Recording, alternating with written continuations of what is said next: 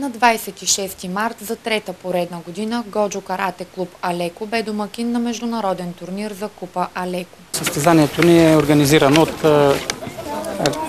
Годжо Карате клуб Алеко и Национална федерация, Българска национална федерация по карате. Състезанието обхваща всички възрастови групи, като най-малките участници са на 7 години. Тази година имаме 27 клуба от България и от Румъния с 350 участника. Тази годишния турнир събра в пъти повече състезатели от миналогодишния, отбеляза треньора на свищовските каратисти Марин Маринов. Изненадани сме с голямото участие.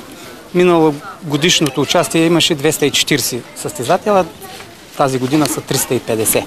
Състезанието се проведе в 3 дисциплини – макевара, ката и комите. Държа да представя, че от Румъния лично президента на Румънската карате федерация ни е тук и двамата заместник председатели на Румънската федерация по карате са ни гости с отбори, което е за нас чест.